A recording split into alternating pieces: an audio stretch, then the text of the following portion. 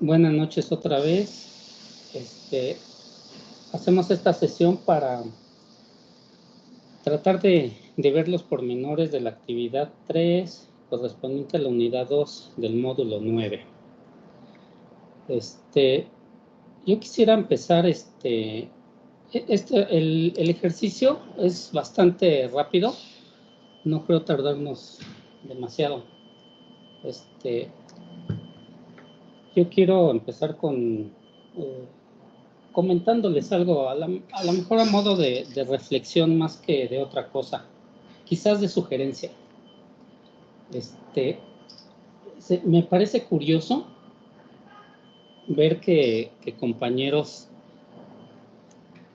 le pregunten al docente o a nuestros docentes, regularmente lo he visto mucho, le preguntamos, profesor, mire el material, pues obviamente tiene todas estas deficiencias, pero logramos hacerlo de la forma correcta. ¿Qué opina usted? Y pues más curioso todavía el leer las respuestas de los docentes, ¿no? Que digan, pues sí, pero el material no pide, no solicita que utilices datos externos más que los que vienen en el material didáctico, ¿no? Digo, es un dato curioso porque a fin de cuentas eso se resume a una cosa muy específica. Es como preguntar así en términos más resumidos, profesor, encontré la forma de hacer bien este ejercicio, ¿me da permiso de hacerlo bien? Y el profesor dice, no, hazlo mal, porque las indicaciones no solicitan que lo hagas bien. Digo, ya platicándolo en ese sentido, pues sí se oye bastante incongruente, ¿no? Que escuchar o leer de los profesores, de los docentes, que nos digan, pues no, hazlo mal. Quizás lo puedes hacer bien, pero mejor hazlo mal. Digo, a lo mejor tratando de dar una explicación así muy rápida, creo que a nosotros nos educan desde niños en la obediencia como una virtud. La obediencia, digo, está bien, vemos a un niño que es obediente y decimos es un niño bueno, es un niño bien portado, está bien hasta ahí, pero ya una exageración a esa obediencia se convierte en servilismo, en complacer a la gente de a gratis.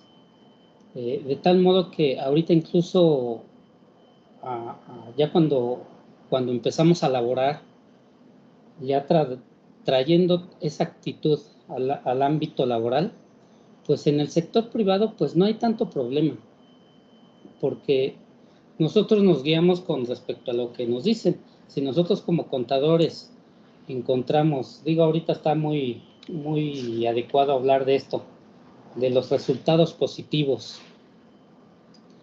Tenemos un ahorro que en el sector privado vendría siendo una utilidad, pues es nuestro deber como contadores proponer y decir, bueno, este ahorro pues vamos a canalizarlo, vamos a hacer una propuesta a la Junta de Socios y este tipo de ahorros que aquí en el sector público es simple y llanamente un ahorro, no es una utilidad. En el sector privado pues es oportuno hacerla, como contadores, hacer la sugerencia de decir, pues esto lo podemos canalizar, podemos disminuir nuestros pasivos para reducir el costo de financiamiento, podemos reducir los pasivos, podemos incrementar nuestro activo fijo para ser más eficientes, modernizar nuestra flotilla de transporte, podemos hacer un montón de cosas con una utilidad. En el sector privado podemos hacer sugerencias y a fin de cuentas nos las pueden rechazar y nos puede decir la Junta de Socios, ¿qué crees que no? Que preferimos pagar impuesto y retirar eso vía dividendos. Perfecto, digo, no pasa nada, está bien. En ese caso, pues nuestra responsabilidad la cumplimos, hicimos la propuesta y ahorita lo que nos toca es obedecer lo que quiera la Junta de Socios, lo que decidan. En el caso del sector público es muy distinto, muy distinto. Afortunadamente a alguien se le ocurrió la idea de decir, los contadores que están saliendo de las escuelas, tanto públicas como privadas, no están funcionando adecuadamente en el sector público. Como que esa tendencia a obedecer se nos está quedando. Y aquí en el sector público, realmente la obediencia no cabe. Aquí no vamos a negociar con alguien nuestro puntual ejercicio de la labor contable. No vamos a decirle, así sea nuestro jefe. Imaginemos que estamos ahorita hablando de los municipios, imaginemos que somos contadores, los contadores estrella de nuestro municipio. En este caso, pues estamos subordinados al presidente municipal y a Contraloría, a varias personas que están por encima de nosotros, vamos a imaginarlo así. Ahí no podemos más que obedecer lo que dice la reglamentación, la normatividad. Es un poco distinto en ese sentido la ética. Por eso yo siento que incluso muy buenos contadores no funcionan tanto en el sector público, porque tienen esa mentalidad, esa falta de ética, que no es de obedecer, sino es de cumplir, de tal modo que a mí en el sector privado, si la Junta de Socios me dice, pues Arturo, envíanos unos cheques a tales personas y tráemelos. Perfecto, yo lo que hago, lo que me corresponde es la obediencia, obedezco, ¿no? Ya yo les diré en su momento que creen que este cheque que se destinó a este gasto, pues no es deducible, así es que vamos a tener que pagar impuestos, ¿no? Es decir, yo les informo del costo fiscal que implica ese tipo de acciones, pero hasta ahí termina mi responsabilidad y mi ética. En el sector público no termina ahí. Yo debo de cerciorarme que las cosas se hagan bien. Ahí yo no debo de preguntar ni debo de negociar con, así sean mis jefes, con el presidente municipal. Oiga, ¿puedo hacer mi trabajo bien? ¿O usted considera que lo puedo hacer mal?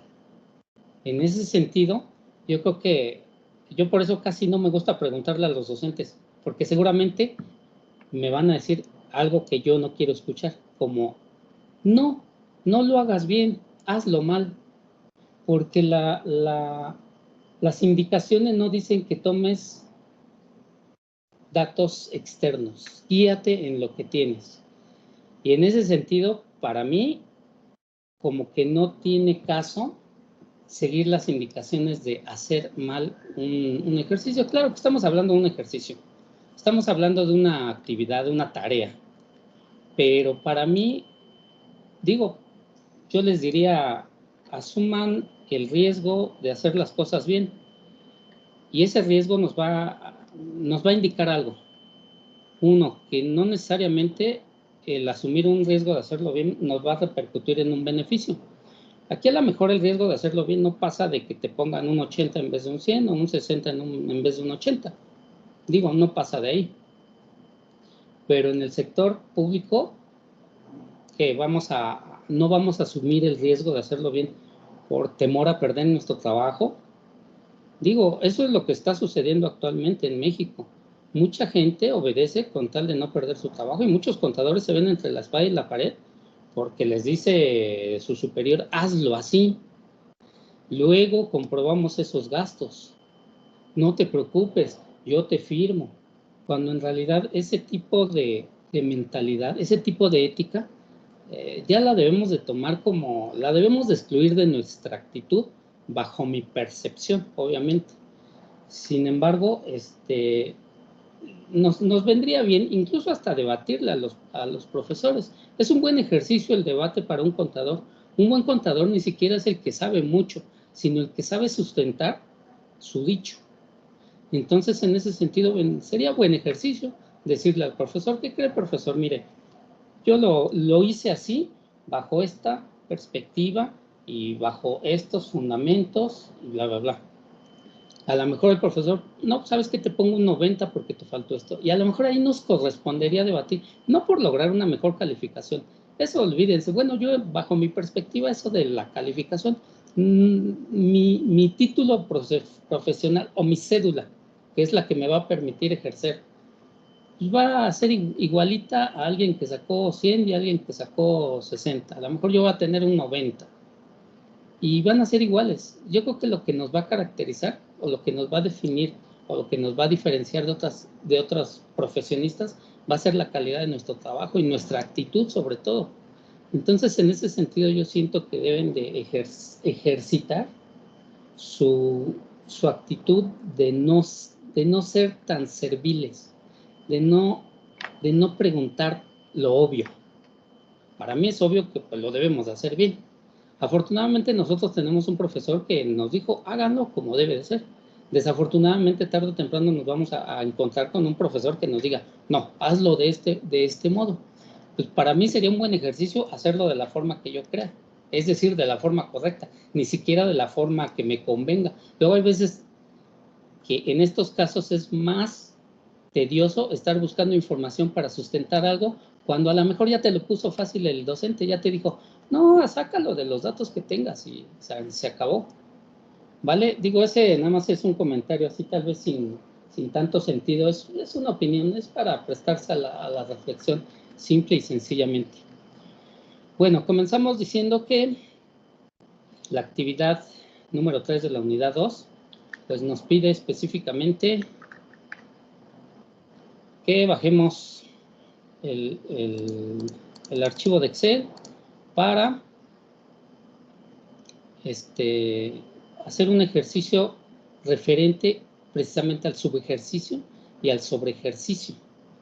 ¿Vale? Entonces nos piden que saquemos la información de estos dos estados. Bueno, de una vez les comento algo.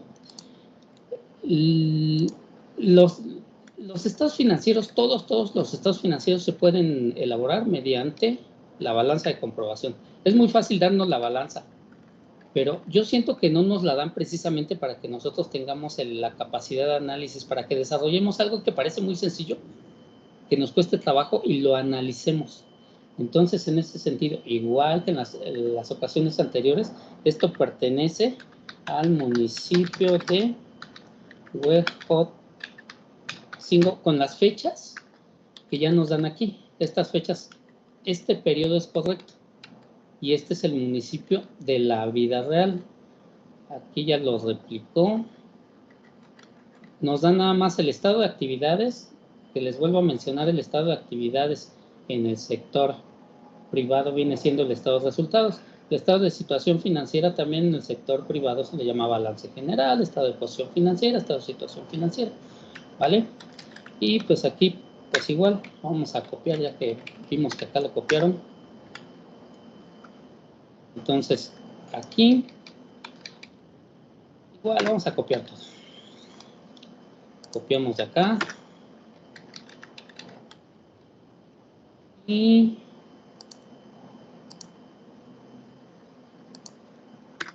igual vamos a copiar de acá.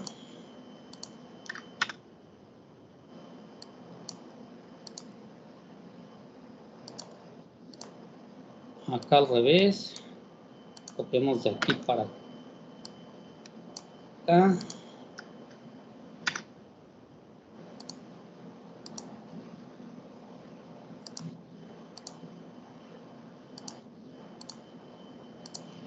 Igual acá.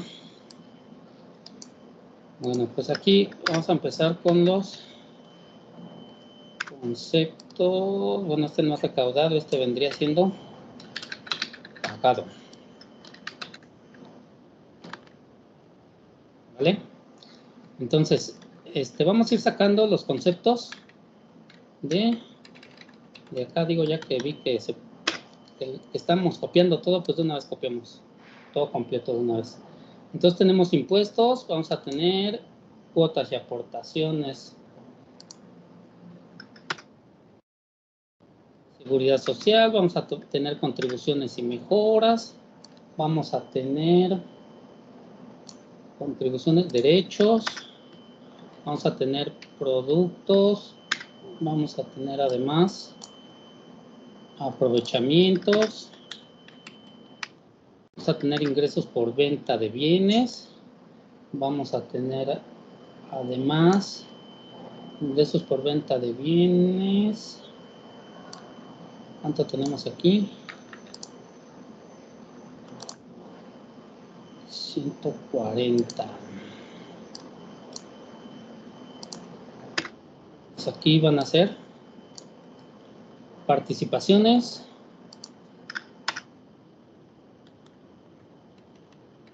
Aquí transferencias y aquí pues no hay cantidades. Entonces, prácticamente no es necesario poner nada, ¿vale? Esto viene siendo el estado analítico de ingresos. Estos datos son presupuestarios, ¿vale? No son contables, pero lo podemos sacar de acá casi en su mayoría. Bueno, más bien en su mayoría. En su mayoría. Unas cosas de aquí pues no van a estar acá, pero ahorita vemos cómo le hacemos.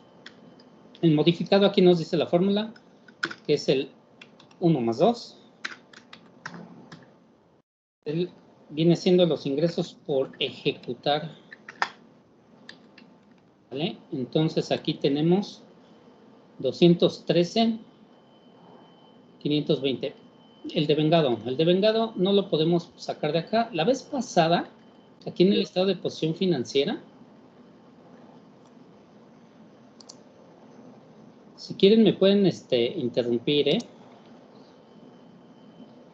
Si tienen alguna duda me pueden interrumpir, ¿vale?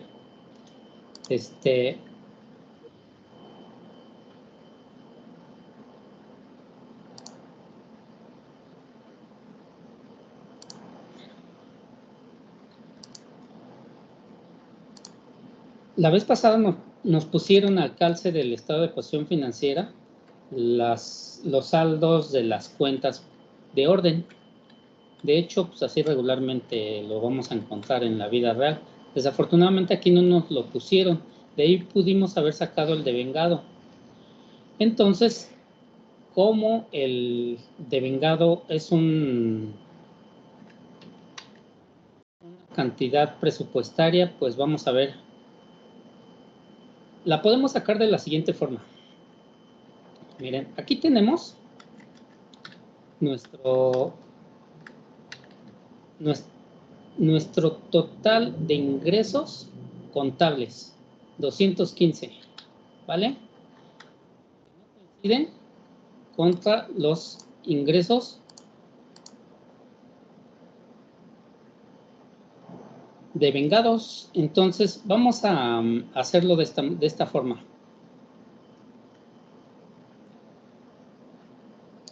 Vamos a obtenerlo utilizando la actividad anterior. Es decir, vamos a sacar nuestro ejercicio anterior para hacer uso de la conciliación de ingresos. Con esta la vamos a sacar. Entonces aquí integramos una nueva hoja, copiamos esto. ¿Por qué la podemos sacar de aquí? Porque contamos con estos ingresos, con los contables. Entonces, si contamos con los ingresos contables, pues lo podemos hacer al revés, volteado, hacer nuestra conciliación partiendo de los ingresos contables y llegar a los ingresos presupuestarios. Entonces, aquí le tenemos que sumar, en vez de restarle, le tendríamos que sumar los ingresos presupuestarios no contables, productos de capital. Entonces, aquí parece que no hay nada.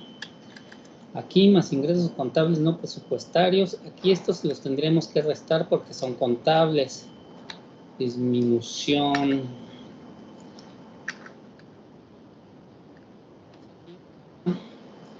Vamos a ver los ingresos.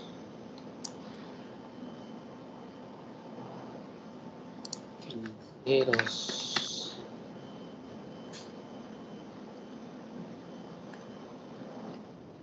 ingresos, otros ingresos y beneficios. Aquí estos irían aquí. Entonces jalamos el importe, otros ingresos, y aquí es donde le haríamos total y absolutamente al revés. Y diríamos, si para obtener los ingresos contables tenemos que partir de los presupuestarios, sumarle los contables no presupuestarios y restarle los presupuestarios no contables, acá lo hacemos al revés, decimos más los ingresos contables más los ingresos que son presupuestarios pero que no son contables y menos los ingresos contables que no son presupuestarios.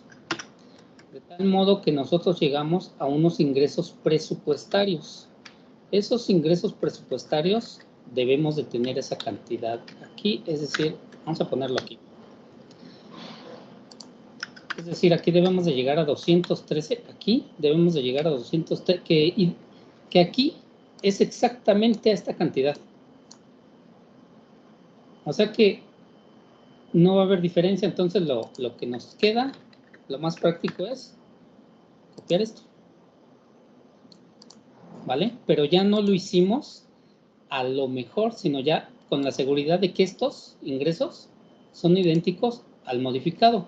Entonces quiere decir que todo el ingreso modificado se devengó, es decir, todos los ingresos por ejecutar. Esta cuenta, acuérdense, esta cuenta va a estar plasmada en la 8.1.2. Esta suma. Si hubiéramos tenido esa cuenta, ya hubiéramos sabido que a qué llegar. Como no la tenemos, tuvimos que determinarlo aquí. Esta, la devengada, es 8.1.4. ¿Vale? Ya vimos que son iguales, entonces aquí prácticamente este es igual a lo que nos da aquí nuestra conciliación. Ahora, el recaudado tampoco tenemos problema, porque el recaudado para cuestiones de entidades municipales es igual al devengado. Es decir, el devengado se debe de registrar en el momento de su recaudación. Como ya me dijeron que me vaya más despacio, por acá apuntamos eso. Módulo 9, unidad 2, actividad 1.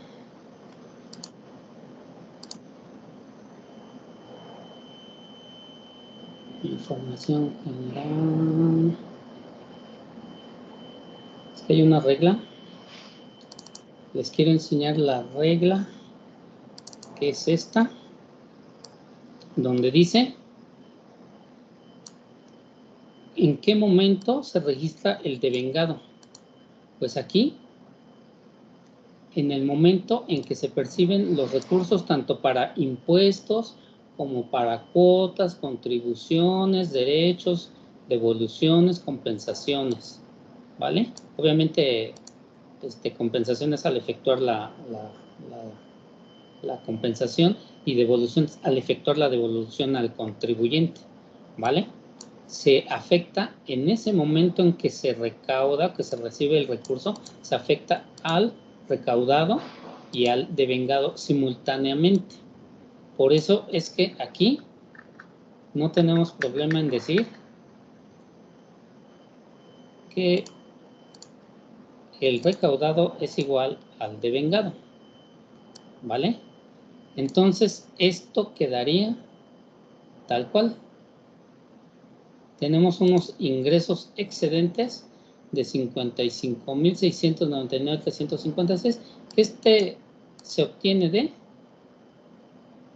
el 5 menos 1, es decir, de el recaudado menos el estimado.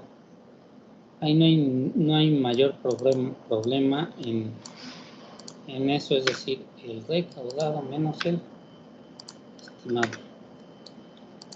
que coincide con las ampliaciones y las reducciones.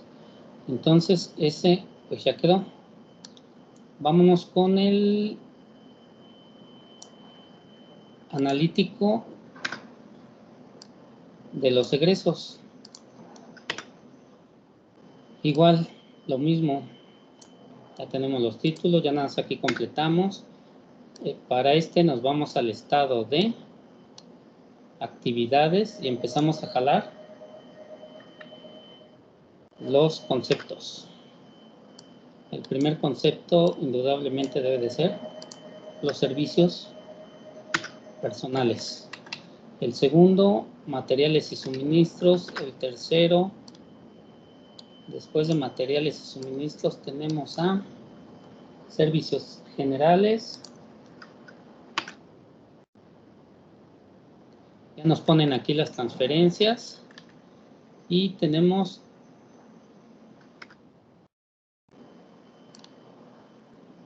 después de las transferencias,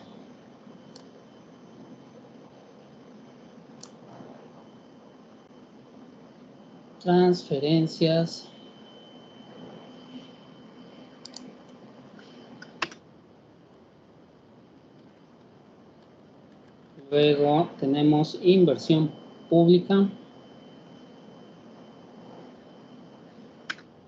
De la inversión pública tenemos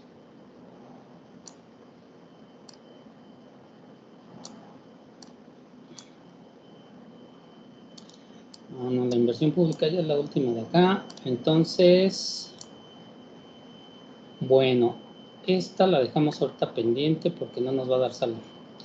Vamos a tratar de sacarla con esto.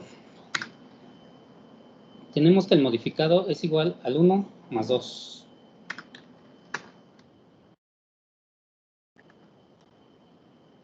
¿Vale?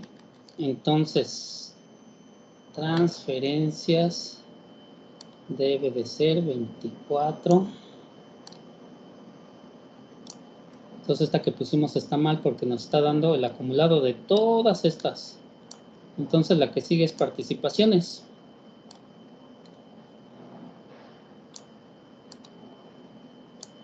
Pues participaciones ya está acá, entonces esta está mal. Son 2,400.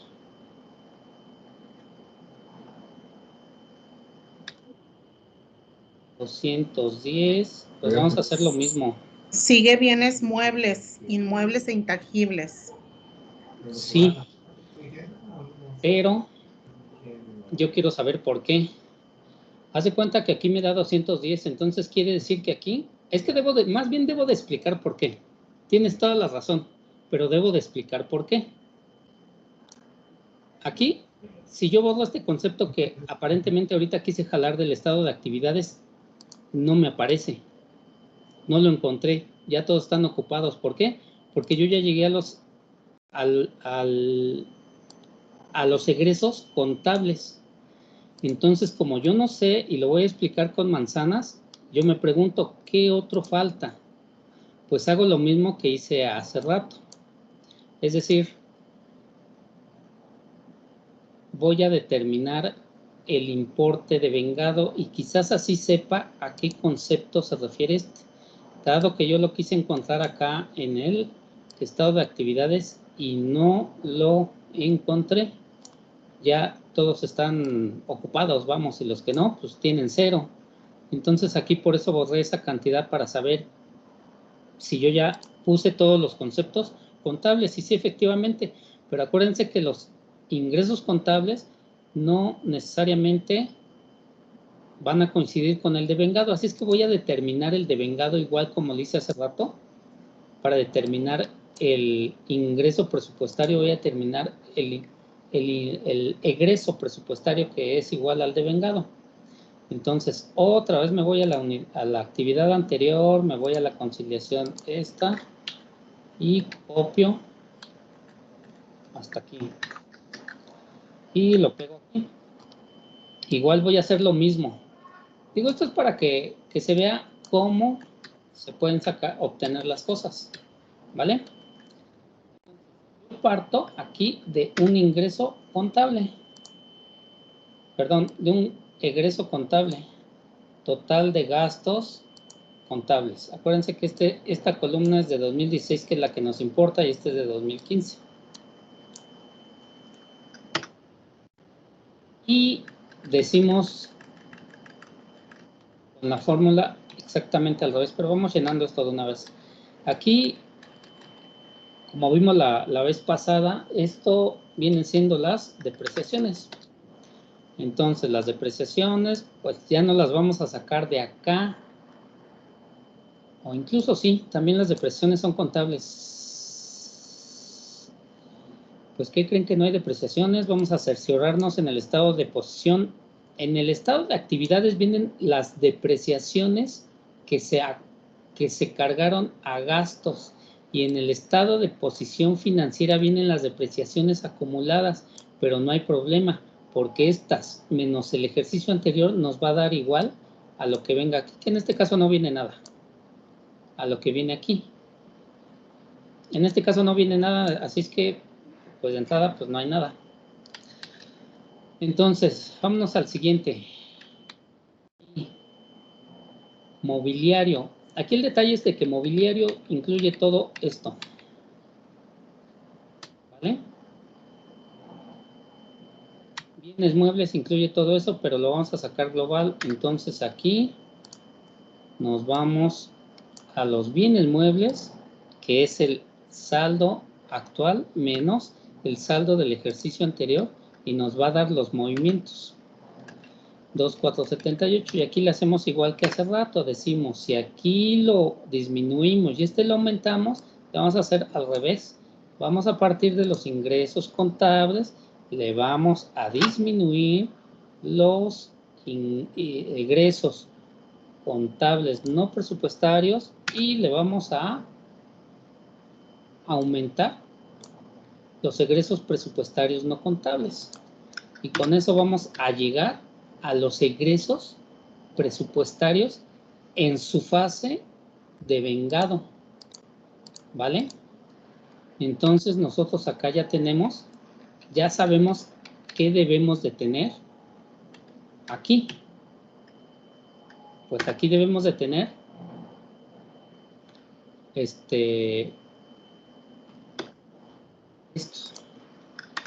Entonces, si nosotros le regresamos ahora sí, nos falla por esta cantidad es precisamente la que metimos en nuestra conciliación. Entonces ya sabemos de dónde sacar esta cantidad, que en este caso la obtuvimos de los ingresos, perdón, del estado de situación financiera, lo obtuvimos de los bienes inmuebles. De hecho, si se fijan, este es el único que tiene diferencia. Menos hubiera dado 0 y menos da 0. Entonces, esta es la única opción que nos queda poner aquí. Entonces, aquí no hay mayor problema. Le ponemos que es bienes muebles. Ya sabemos que es bienes muebles, inversión. También nos va a faltar, que aunque da 0. Da 0 aquí, ¿por qué? Porque hubo las modificaciones que se hicieron al estimado.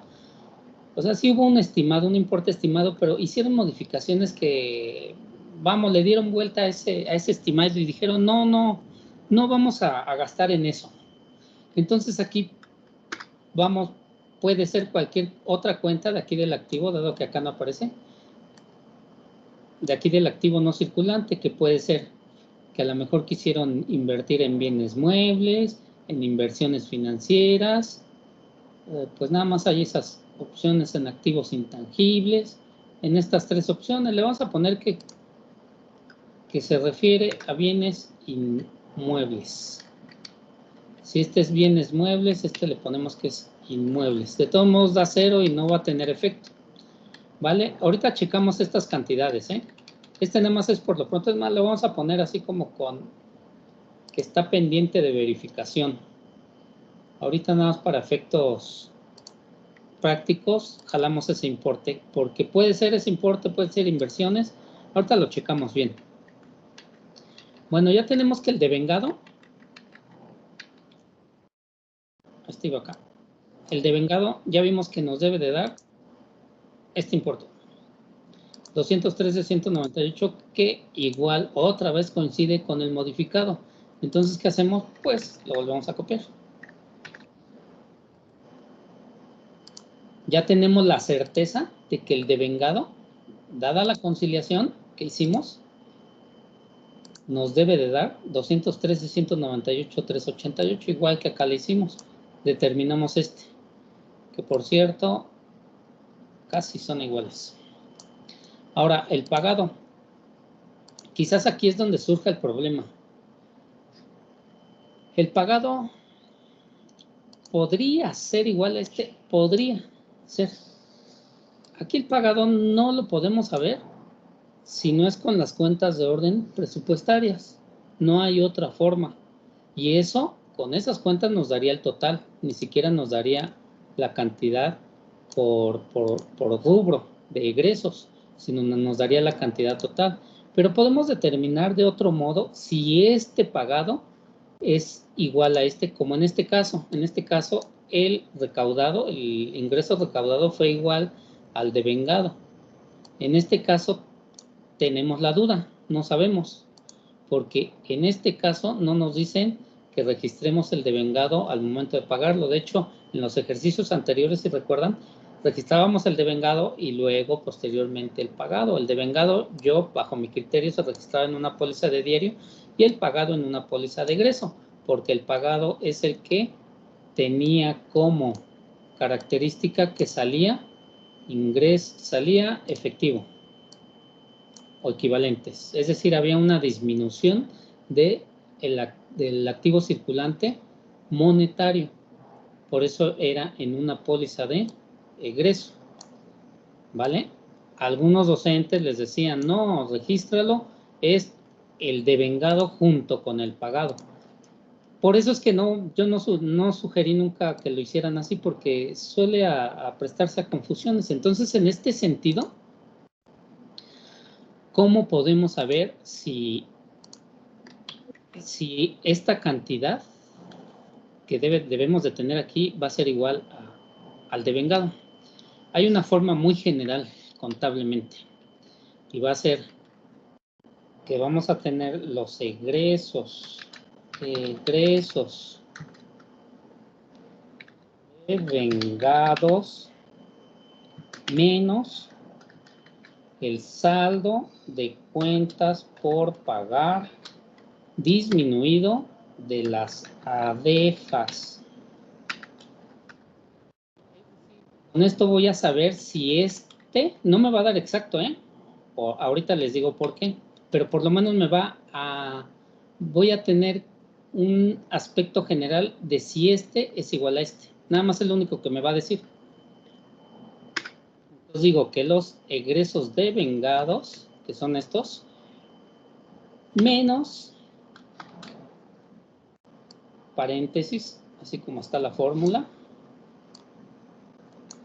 las cuentas por pagar, obviamente, a corto plazo para que no nos jale precisamente las ADEFAS, menos lo que venía del año anterior, que son las ADEFAS. ¿Qué son las ADEFAS? Las ADEFAS son los adeudos de ejercicios fiscales anteriores. Por eso le estamos aquí disminuyendo a las cuentas por pagar esta cantidad. Aquí no me va a dar exacto al pagado. ¿Por qué? Porque en esta cuenta también están incluidos otras cosas que no implica proveedores, como que esta cuenta es la cuenta por pagar a corto plazo. Vamos a cerciorarnos de eso en el plan de cuentas. Mi plan de cuentas me dice que está el 2, que las cuentas por pagar a corto plazo se integran de todas estas y no todas son proveedores. Tenemos retenciones, por ejemplo, esta de retenciones la tendríamos que descontar. Como no tenemos un análisis, es nada más para darnos una idea si el ingreso devengado corresponde es idéntico si el egreso devengado es idéntico al egreso pagado. Tenemos participaciones, intereses, otras cuentas por pagar, tampoco estaría, que vendrían siendo a lo mejor acreedores, que no tienen que ver con los proveedores. Por eso es que nada más es para darnos una idea, si es igual o no es igual. Debemos de llegar a una cantidad muy aproximada a esto, a 206,000, ¿vale? Entonces ya sabemos que aquí no son iguales. Pueden ser que algunas sí, otras no, pero no son iguales en el total, ¿vale? Entonces, pues nada, pues de aquí ya no podemos hacer nada, no lo podemos sacar. En este sentido sí nos tenemos que remitir otra vez a hacer magia y valernos de los datos que son de la vida real. ¿Dónde lo podemos obtener? Pues en un analítico de egresos que venga los rubros por concepto, ¿vale? Entonces, bueno, aquí yo ya me la sé. ¿Dónde está? Están aquí en el título quinto. Están en la información 2016 y aquí está por objeto del gasto. Entonces, incluso aquí podemos ver que los conceptos, de una vez, tenemos el devengado y el pagado. En este caso, empezamos acá. En este caso, devengado y pagado. En este caso, devengado y pagado son iguales en servicios personales. En este rubro son iguales. Entonces aquí,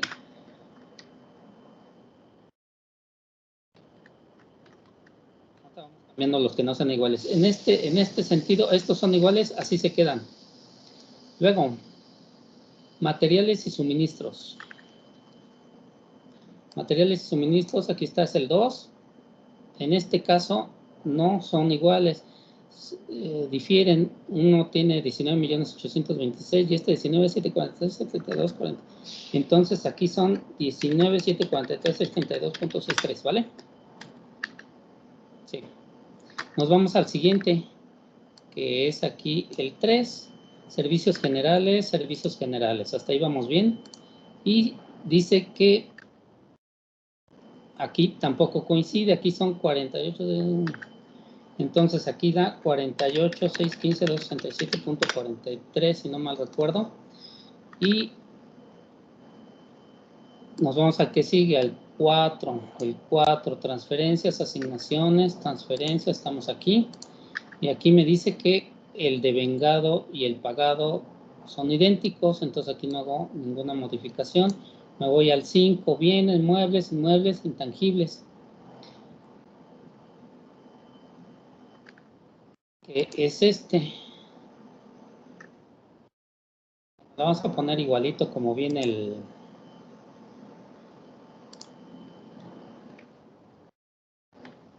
Muebles, inmuebles e intangibles.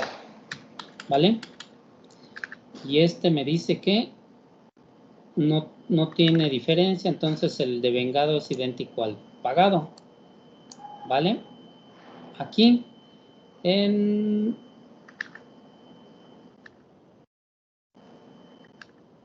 el que sigue, que es el 6, inversión pública. Inversión pública nos dice que se devengó 81 millones y se pagaron, de los 81 millones devengados se pagaron 74,690. Se pagaron 74,690, 34796, ¿vale? Podemos aquí mismo en este estado ver si estamos bien. El 7, inversiones financieras y otras provisiones. Quiere decir que bien dijimos, pudieran haber sido varias cosas, pudo haber sido alguno de estos o en este caso es este. Aunque no tiene saldo, digo nada más para efectos de presentación, inversiones financieras y otras provisiones, que está un poco aquí distinto. lo podemos cambiar, pero ya saben que lo sacamos de un documento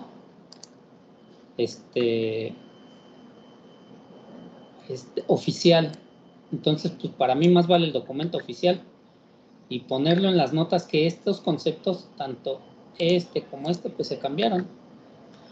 Entonces aquí inversiones financieras y otras provisiones.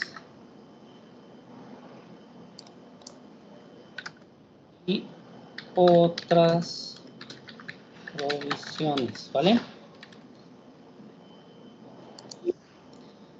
Este no cambió y vamos a ver, el 8, participaciones y aportaciones. Participaciones y aportaciones, tampoco cambia, entonces así se queda el saldo. Esta cantidad, lo repito, para que quede claro, solamente nos sirvió para ver si el devengado era igual al pagado. Hay algunas dependencias que no dejan saldos en cuentas por pagar en cada ejercicio, es decir, aquí en cuentas por pagar a corto plazo tienen 0 por políticas para cerrar bien su ejercicio. Incluso hay empresas en el sector público que también tienen esa política de no dejar cuentas por pagar, ¿vale?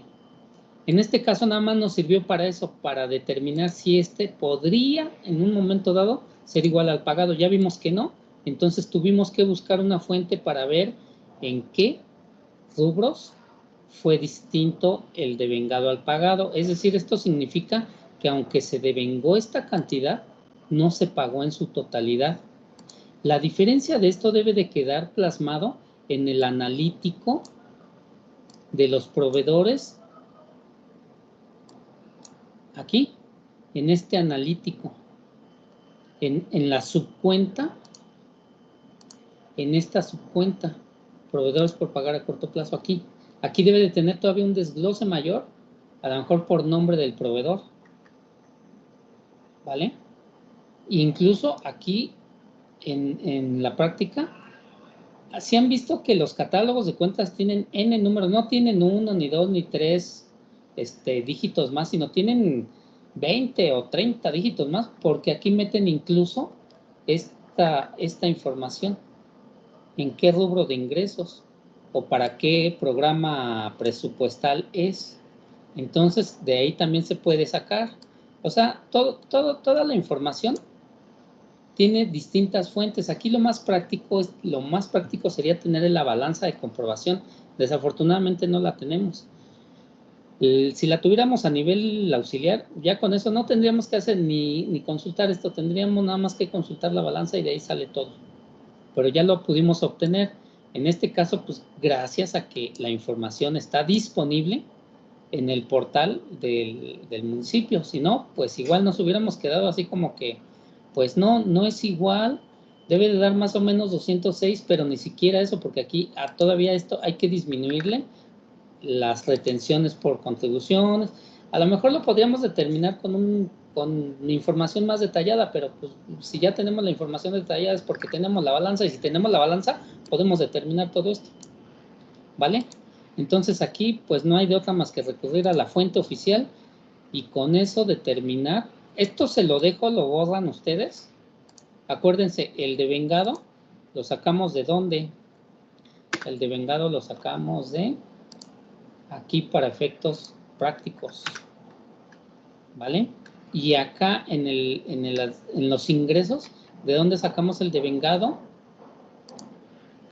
Les digo, todo eso se lo borran, ¿eh?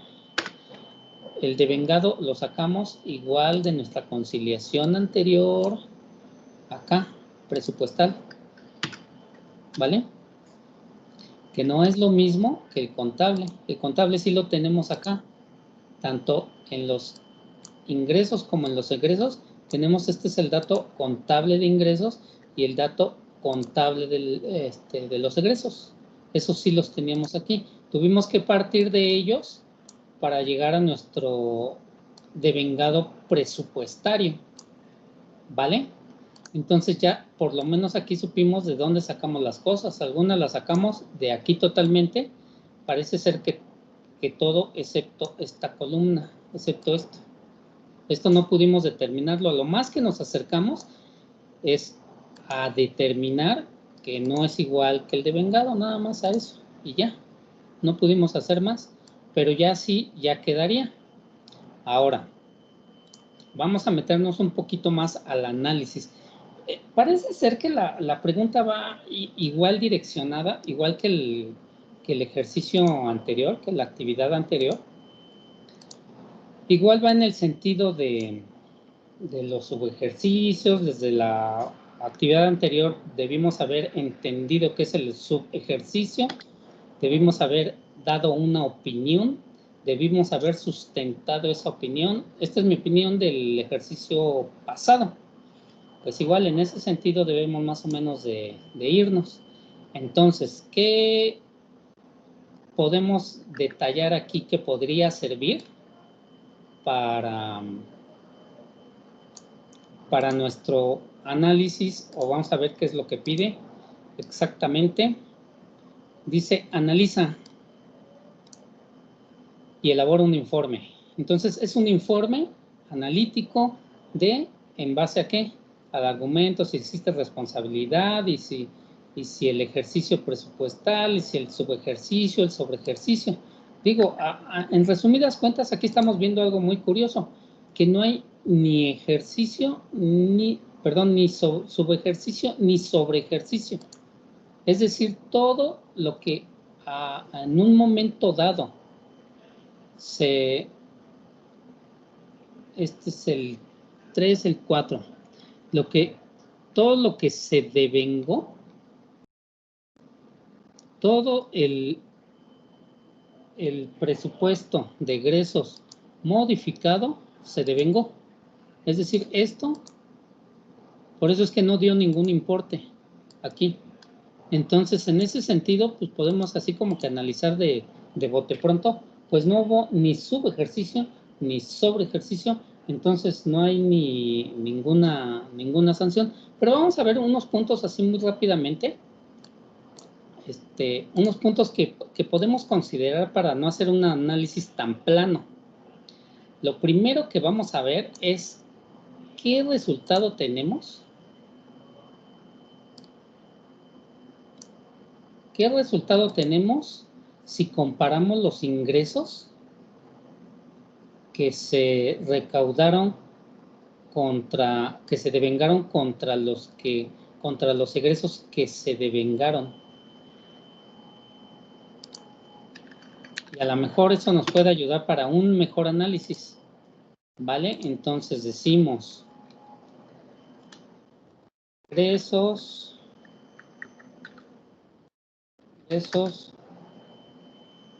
menos ingresos devengados. Tenemos los ingresos devengados menos los egresos devengados. Creen que aquí sí nos da una diferencia. Tenemos un importe, un remanente, una cantidad que se recaudó, pero no se utilizó. Sin embargo, no tenemos subejercicio. Entonces, ahí ya nos causa un poquito de conflicto ese análisis. Ya no puede ser tan plano y decir, no, pues no hubo ejercicio, no hubo subejercicio, no hay problema y todos felices y contentos. Vamos aquí anexé unas muy puntualmente. Yo creo que los principales, esto lo utilicé la vez pasada para mi actividad, para fundamentar, y de la Ley de Presupuesto y Responsabilidad Hacendaria. Para empezar, nos dice el artículo primero que, acuérdense que siempre les he dicho, toda ley tiene un objeto y toda ley tiene un sujeto, ¿vale? Entonces, el objeto de la ley es reglamentar los artículos 74, 75, 126, 27 y 74. Pues nada más así para ver de qué hablan esos artículos. El 74, en resumidas cuentas, o lo más sobresaliente, es de que dice que es facultad de las cámaras, de la Cámara de Diputados, aprobar Aprobar el presupuesto de egresos. Las dos cámaras, para efectos de los ingresos, intervienen las dos cámaras, la Cámara Alta y la Cámara Baja. La Cámara de Senadores y la de Diputados. Para los egresos solamente la Cámara de Diputados, ¿vale? Entonces, aquí anualmente la Cámara de Diputados determina, aprueba el presupuesto. En el aspecto municipal, cada entidad debe de decir, debe de informar qué es lo que piensa, qué es lo que tiene estimado gastar. O sea, a fin de cuentas, todo esto lo elaboran los propios municipios, pero quien lo aprueba es la Cámara de Diputados, ¿vale? Entonces, prácticamente habla de eso, ahí no hay mayor problema. Donde hay unas observaciones que debemos de puntualizar de la Ley Federal de Presupuesto y Responsabilidad Hacendaria es en las definiciones. Vienen bastantes definiciones y son interesantes todas, pero vamos a rescatar las que más tienen relevancia, que es el subejercicio del gasto. El subejercicio del gasto viene perfectamente bien definido como las disponibilidades presupuestarias que resulten con base en el calendario de presupuesto sin cumplir las metas contenidas en los programas o sin contar con el compromiso formal de su ejecución, ¿vale? De tal modo que incluso aquí, aunque tuviéramos un saldo, eso no implica que exista un subejercicio. Hay otro concepto que es economía. Este se diferencia de por la simple razón que dice los remanentes de los recursos no devengados del presupuesto modificado. Es decir, es prácticamente lo mismo, pero con la diferencia de que aquí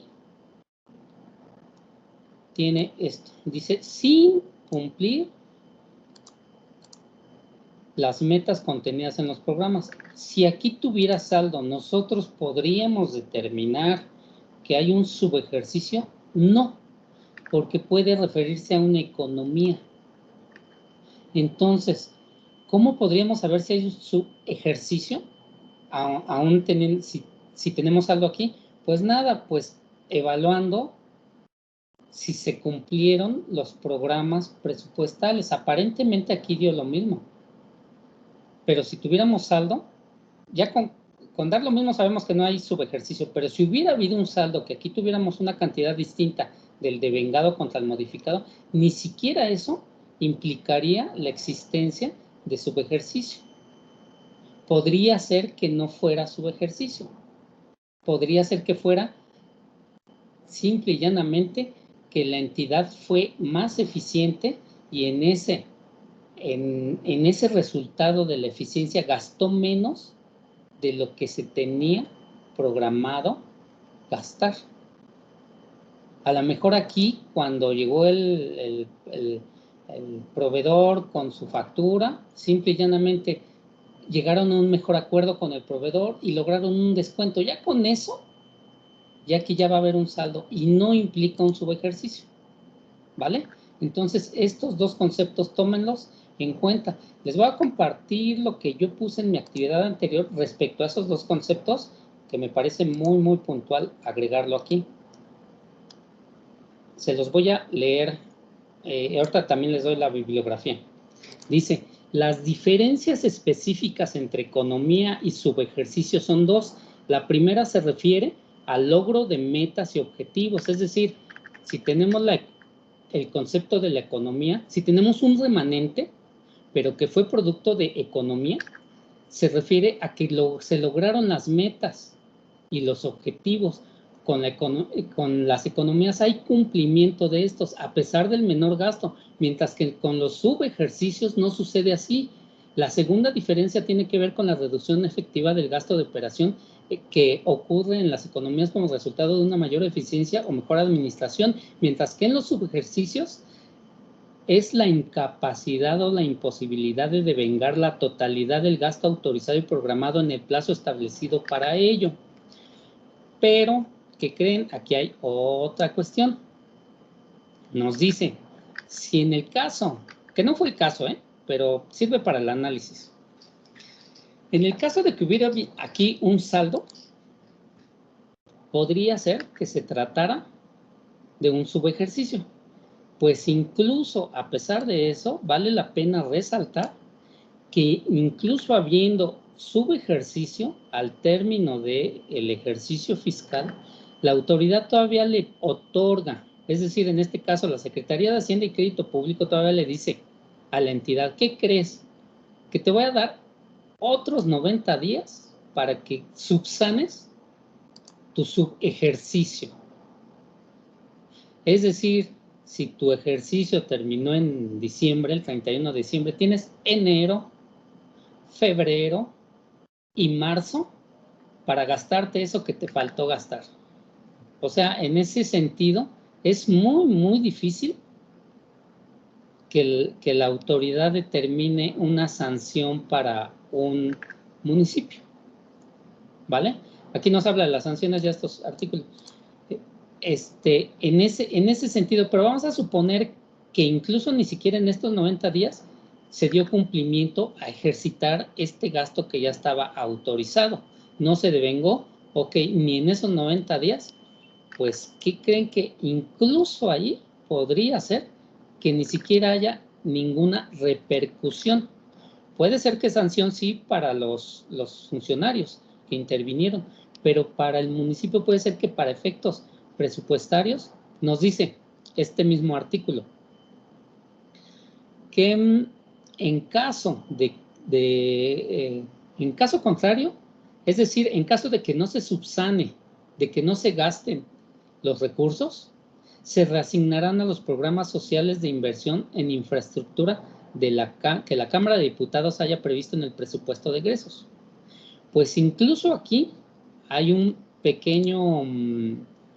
pequeña excepción, que esta ley, por eso le digo, todo tiene objeto y sujeto.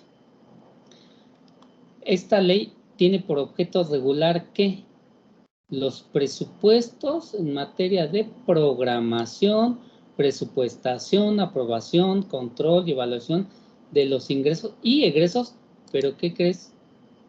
De los ingresos y egresos públicos federales. De tal modo que varios ingresos de aquí son obtenidos por el municipio, son sus recursos propios del municipio. ¿Cuáles podrían ser los recursos de los cuales le exigiría, en base al artículo 23, que regrese la Secretaría de Hacienda al municipio? Solamente los recursos federales. ¿Y cuáles son los recursos federales? Los recursos federales son estos. Son las participaciones.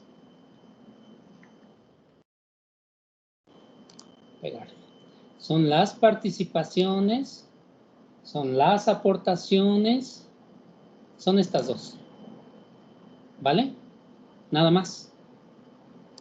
Acá no hay. Aquí nada más participaciones y aportaciones. Digo, en términos muy, muy generales, no nos vamos a meter eso porque seguramente lo vamos a ver después. Las participaciones, lo único que le puede reclamar la Secretaría de Hacienda al municipio que regrese en su caso de no ejercer lo que se presupuestó gastar, que puede estar aquí disperso en varios programas, referente al ingreso que le proporcionó la federación al municipio, que son en este caso estos 155 millones, que para empezar no es poco porque es la mayoría de los ingresos, ¿vale? En base a esos, ¿qué son las participaciones? Rápidamente, así, rápidamente las participaciones. Esto tiene que ver con la ley de coordinación fiscal. En la ley de coordinación fiscal dice que las participaciones provienen de un fondo general de participaciones que se crea, es decir, así a grandes rasgos, de los impuestos federales que son IVA, ICR y bla, bla, bla, dice la federación, de ese voy a apartar el 20% para repartirlo entre los municipios.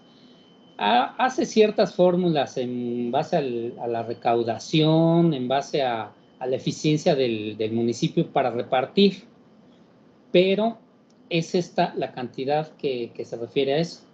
Las aportaciones también, estas tienen que ver con el ramo 33, el ramo 33, digo aquí, eso no lo vamos a utilizar, pero digo nada más para mencionarlo. Ramo 33, que es el que, ese ramo 33 es el que le proporciona aportaciones federales para entidades federativas y municipios. Ese es el ramo 33. A eso se refiere las aportaciones. Estas aportaciones. Aquí van incluidas ambos. Habría que ver qué de eso corresponde. Y sobre eso es solo lo que en caso de un subejercicio le podría reclamar en devolución la federación al municipio vía Secretaría de Hacienda y Crédito Público, ¿vale? En este caso, como no tenemos esa situación, pues nada más nos podemos remitir a esto, que es un remanente que tenemos de los ingresos contra los egresos devengados. Ese remanente, pues, no es sujeto a ninguna sanción. Pero vamos a tratar de analizarlo así rápidamente en 5 minutos. Lo analizamos rápidamente ese remanente. El resultado de los ejercicios contablemente se va acumulando. Es un poco distinto en el caso del ahorro presupuestal, ¿vale? Pero en sí, este es un ahorro para la entidad. ¿Qué sucede aquí en el sector privado? Cuando un contador de capacidad, no un contador que nada más se dedica a hacer impuestos, no un contador que trabaja, que parece, yo siempre he dicho que los contadores parece que trabajamos para Hacienda, poco le otorgamos, nos preocupamos más por hacer bien los impuestos que por otorgarle un servicio al cliente de calidad. Nuestro cliente es la empresa.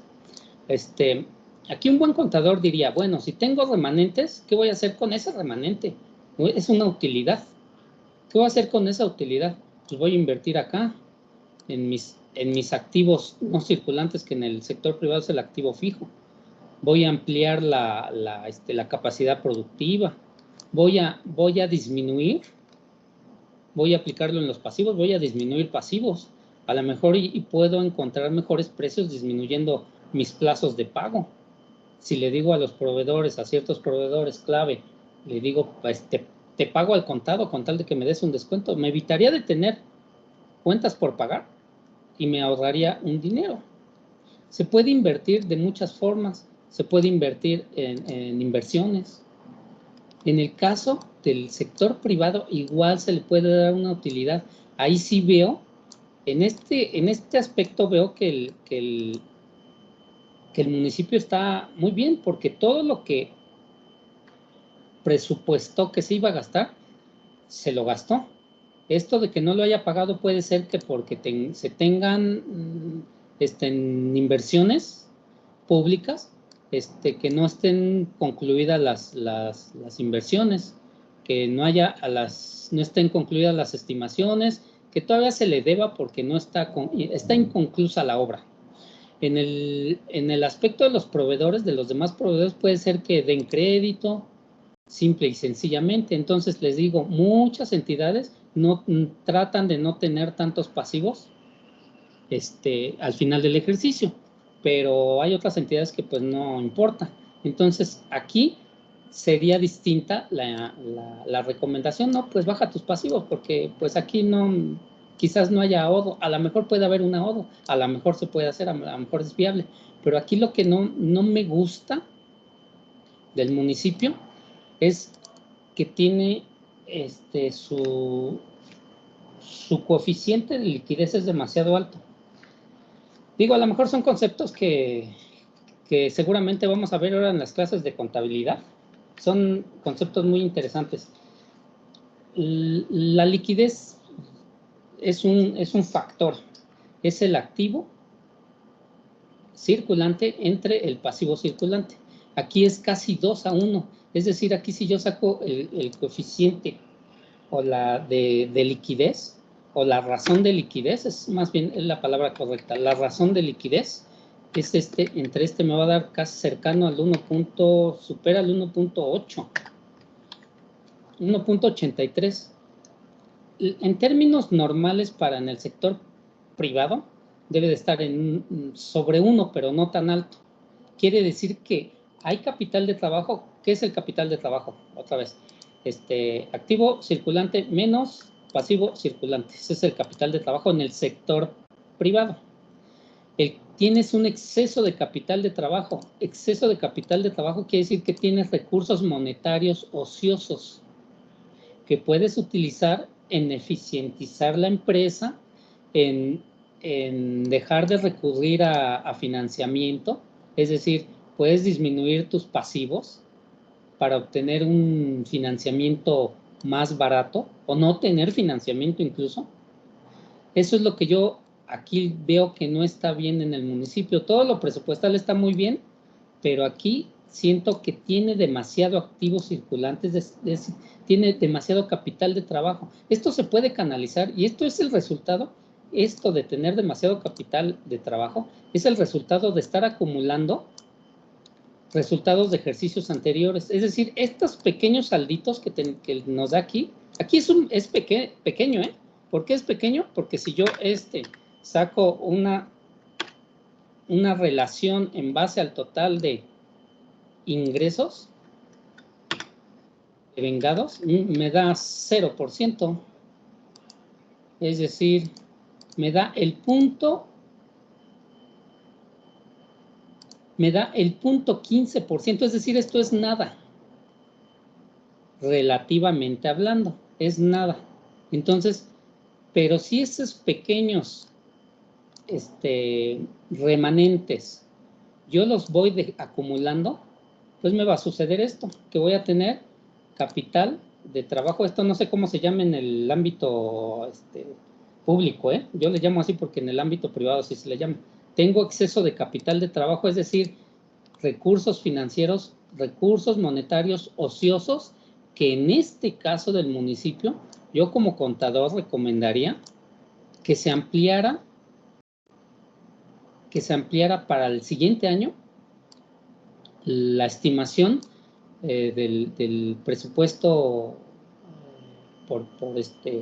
del gasto del presupuesto por aplicar, por ejercer, por gastarse el dinero.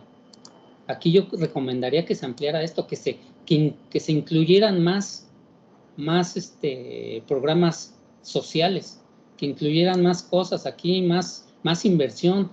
En el sector privado, si vemos que tenemos utilidad y si vemos que tenemos un capital de trabajo excedente, pues no hay problema. Simple y llanamente podríamos utilizarlo, pero no hay ningún problema. Aquí sí hay problema. Eso es algo muy negativo. Los municipios, las entidades gubernamentales en general, no están diseñadas para ahorrar. Ni siquiera el ahorro es benéfico. No importa que no haya subejercicio. Eso ahorita pues ya vemos que no lo hay, pero ya vemos que acumuladamente hay mucho capital de trabajo aquí. Esto es dinero que te sirve para pagar casi 2 veces tus pasivos a corto y a largo plazo, porque ni siquiera tiene pasivos a largo plazo. Es decir, es dinero ocioso que se puede prestar en un momento dado a la corrupción, andar viendo en qué se lo gastan. Entonces, esto es muy negativo bajo mi perspectiva en una entidad pública, que esos recursos estén ahí cuando no creo. Una cosa es que se hayan cumplido lo que se presupuestó gastar y otra cosa es que que se presupuestó, con eso se cumpla el beneficio a la sociedad. La sociedad ha de tener mucho más necesidades que lo que programaron aquí.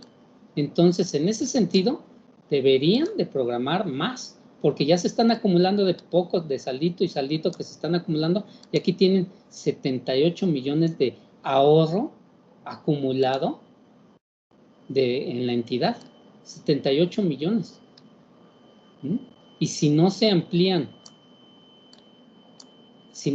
esto, va a seguir sucediendo esto. Esto es para que diera aquí negativo, sin que tuviera sobreejercicio, ¿eh? Una cosa es el sobreejercicio y otra que dé negativo. Una cosa es el subejercicio y otra cosa es que aquí dé positivo, es decir, que dé más ingresos devengados que egresos devengados.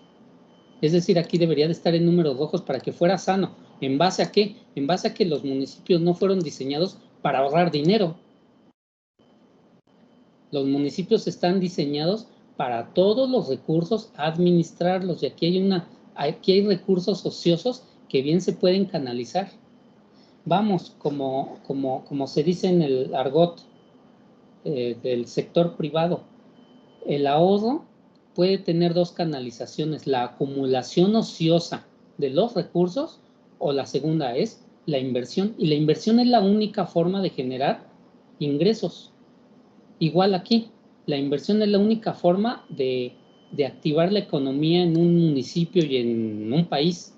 Si no se invierte, hace un año, digo como anécdota, hace un año el presidente, luego les comparto la nota, lo cuestionaron porque tenía 100,000 millones de subejercicio. Y él contestó palabras más, palabras menos. Nuestros detractores dicen que es subejercicio, pero no, son ahorros. Pues es igual de nocivo un subejercicio que un ahorro. Puede ser que aquí a esto le llamemos ahorro. Y de hecho, si nos vamos acá a las conceptualizaciones, igual y lo podemos enmarcar aquí, porque acá hay otro que dice ahorro presupuestario: los remanentes de los recursos de presupuesto modificado una vez que se hayan cumplido las metas. Entonces esto es un ahorro, pero ¿de qué sirve tener un ahorro si no lo canalizas? Sobre todo acá se ve que ya el ahorro ya está muy acumulado.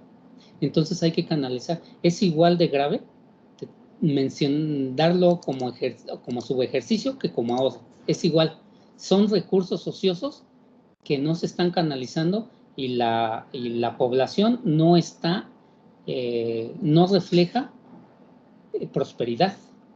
Entonces, si 100,000 millones, como en el caso de la vida real que les comento, 100,000 millones es un 100 con 9 ceros. Si 100,000 millones se le hace un ahorro, el gobierno no está para ahorrar, no ese es su fin, ahorrar.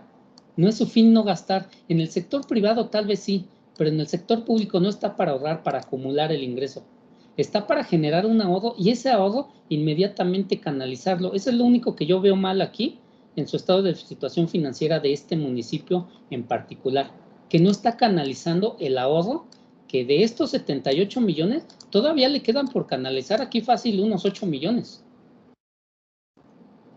Y los debe de canalizar lo antes posible. No debe de acumular, el municipio no está para acumular riqueza, vamos a llamarle riqueza para el municipio solamente. Esos recursos los debe canalizar en programas para reactivar la economía en la población, hacer carreteras para que las empresas tengan mejores y mayores utilidades, para invertir en seguridad, para que las empresas se atrevan a invertir en el municipio y se creen empleos y se tenga una prosperidad, ¿vale? Entonces aquí es lo único que yo veo mal. Aquí lo veo excelente, pues no tiene subejercicio, esto representa realmente muy poco, pero lo que yo único que veo mal aquí para el análisis, y a lo mejor yo pondría, sería que tiene muchos recursos monetarios acumulados. En este sentido yo le llamaría liquidez excesiva. Una excesiva liquidez, un ratio de liquidez demasiado alto. Les digo, seguramente es distinto en el sector público que privado, pero en el sector público debe estar por encimita de 1. Depende también del sector.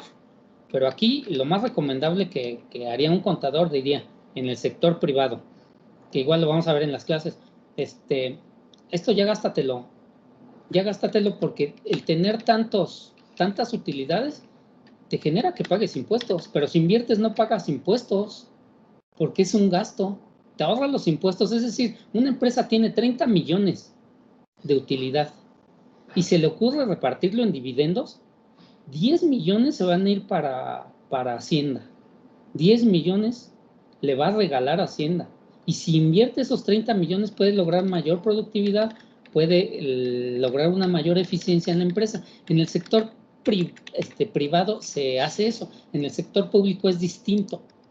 Aquí las entidades no están para acumular dinero, están para administrar los recursos y canalizarlos debidamente. Aquí lo único malo es que no lo están canalizando oportunamente, lo están dejando acumular y se ve reflejado acá de que lo están dejando acumular. Aquí no debería de haber tanto. En ese sentido es la única crítica que yo le haría al municipio. Todo lo demás, prácticamente pues no hay subejercicio, todos bien, todos felices, todos contentos, tampoco hay un remanente excesivo y pues ahí, pues hasta ahí quedaría la opinión en cuanto a lo que nos piden. Como yo le doy un aspecto más real, esto no nos lo piden, no nos piden analizar el estado de situación financiera, pero digo, es algo que un buen contador hace, un buen contador haría. Y diría, bueno, voy a analizar aquí estas partidas, ¿por qué? ¿Qué significa esto? Pues ya más o menos se los expliqué, espero les haya quedado claro. Si tienen alguna pregunta respecto a todo esto, obviamente esta es la hoja de su informe. Les digo, les voy a compartir también el informe que yo hice la vez pasada. Igual lo pueden tomar, esto me gustó mucho a mí, lo puse la vez pasada, ahora tengo que poner otras cosas para no repetir, pero igual les puede servir un poco a ustedes. Esta es mi actividad anterior, igual la subo a mi blog, para que les dé una perspectiva más o menos de lo que pueden poner en su resumen, ¿vale? En su análisis, en su reporte analítico, en su informe analítico, ¿vale? De estado financiero, ¿vale? Entonces, si tienen alguna pregunta.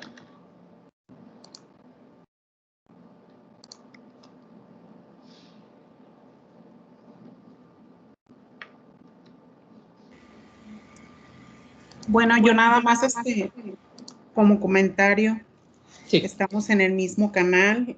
Yo también ya había buscado lo que es el estado analítico y aparte obtuve lo que fue el estado de situación financiera detallado para quienes tengan oportunidad. No tenemos que conformarnos con la información que nos proporcionan porque ya nos dimos cuenta con actividades pasadas que nos la dan incompleta. Hubiera sido todo mucho más fácil si nos hubiesen dado la pura balanza de comprobación. Me tocó un compañero, no recuerdo qué docente, que les pidió una balanza simplificada con puros cuentas de mayor. Es por eso que debemos de saberlo hacer, porque pues así conocemos las subcuentas y el qué. En las cantidades, en las diferencias, yo les puedo decir en qué cuentas quedó lo que está pendiente por pagar. Por ejemplo, en la inversión pública quedaron los 7,008,500.97, que es la cuenta 2.1.3, perdón, .1.3, que es donde tenemos ahí. Si nos hubieran dado también, pues, el egreso por ejecutar, a lo mejor ahí ya hubiera sido más fácil, no lo dieron. Y la otra quedó de materiales y suministros, la diferencia va de la cuenta 2.1.1.2, que son 82,576. Todo eso está en el pasivo, porque he visto que varios también están tomando el devengado como pagado totalmente, y eso es incorrecto. Por eso debemos de aprender a analizar los estados financieros. Y Servicios generales tiene también la diferencia de 573,630.19. Esos vienen de la cuenta 2.1.1.9. Eso lo pueden obtener del estado de situación financiera detallado. ¿Por qué esas cuentas? Porque son las cuentas por el rubro y por el monto, ¿sí? No lo podemos poner, por ejemplo, servicios generales a servicios personales, porque esa nada más adeuda 57,000 pesos en su pasivo. Entonces, más que nada fue eso, como observación y para que lo tomen en cuenta el por qué la importancia de una balanza de comprobación bien hecha. No es nada más copiar, pegar o decir no me da el total. He ahí la importancia del que nos dé una balanza bien cuadrada y conocer todas las cuentas de mayor y sus subcuentas. Pues por mi parte sería todo. Nuevamente muchas gracias, Arturo. Yo te había comentado que se me había atorado el egreso pagado y pues sí, efectivamente los dos estábamos en la búsqueda de la balanza. Lamentablemente no lo encontramos. Si ustedes se van a Transparencia Nacional, ahí dice que no hay un antecedente ya de, creo es 2018 hacia abajo, ya en balanzas de comprobación y cosas más específicas, pero gracias a esto, pues en la búsqueda encontramos esto. Igual se las voy a subir, nada más para que lo analicen y comprendan el por qué y de dónde viene y las diferencias por qué quedan. Pues sería todo, más que nada. No sé si alguien más quiera comentar algo.